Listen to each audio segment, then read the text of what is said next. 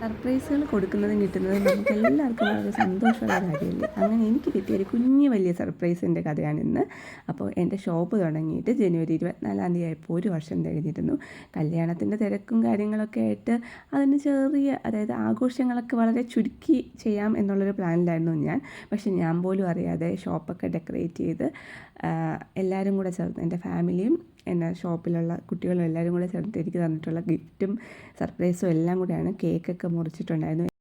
ഗിഫ്റ്റുകൾ ഇവിടെ വെച്ചിട്ട് പോയാൽ എനിക്ക് അവിടെ ചെന്ന് ഫുഡ് ഇറങ്ങില്ല എന്നുള്ളത് കൊണ്ട് ഞാൻ ഫുഡ് കഴിക്കാൻ പോയിടത്തും കൂടെ ഈ ഗിഫ്റ്റ് വാരിപ്പറക്കി കൊണ്ടുപോയിട്ട് അവിടെ വെച്ച് ഞാനിതൊക്കെ പൊട്ടിച്ച് നോക്കുകയാണ്. ഇത് എനിക്ക് അമ്മമ്മ വാങ്ങിച്ചു തന്നിട്ടുള്ളതാണ്. അപ്പോൾ ഇത് നമുക്ക് ഇപ്പം ഞാൻ യൂസ് ചെയ്യുന്നത് നമ്മുടെ ഡോറിൽ ഇടാൻ വേണ്ടിയിട്ടാണ്. അപ്പം തുറക്കുമ്പോഴും അടയ്ക്കുമ്പോഴും ഒക്കെ നമുക്ക് അറിയാൻ പറ്റും. അതിന് വേണ്ടിയിട്ടാണ് ഞാനിപ്പോൾ ഇത് യൂസ് ചെയ്യുന്നത്.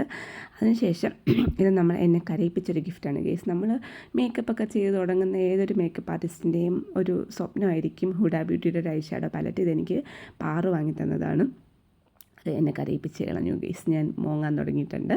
അതിനുശേഷം പിന്നെ അടുത്ത ഗിഫ്റ്റ് എന്ന് പറയുന്നത് എനിക്ക് വാവച്ചേന് വാങ്ങിച്ചു തന്നതാണ്. ഇതെന്ന് വെച്ചാൽ ഒരു ടൈം പീസും പിന്നെ ഒരു പെൻ ഹോൾഡറും കൂടെ ചേർത്തിട്ടാണ്. ബ്രഷൊക്കെ ഇട്ട് വയ്ക്കാം, ടൈം നോക്കാം. വാവച്ചേന് കുറച്ച് ടൈമിൽ കൃത്യനിഷ്ഠത നോക്കുന്ന ആളാണ്.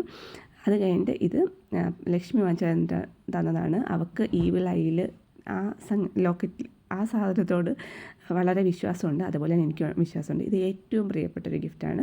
കാര്യം എന്ന് വെച്ചാൽ ഇത് അനിതാൻറ്റി എനിക്ക് വേണ്ടി ഹാൻഡ് പെയിൻറ്റ്, ഡയമണ്ട് പെയിൻറ്റ് ചെയ്ത് തന്നത്.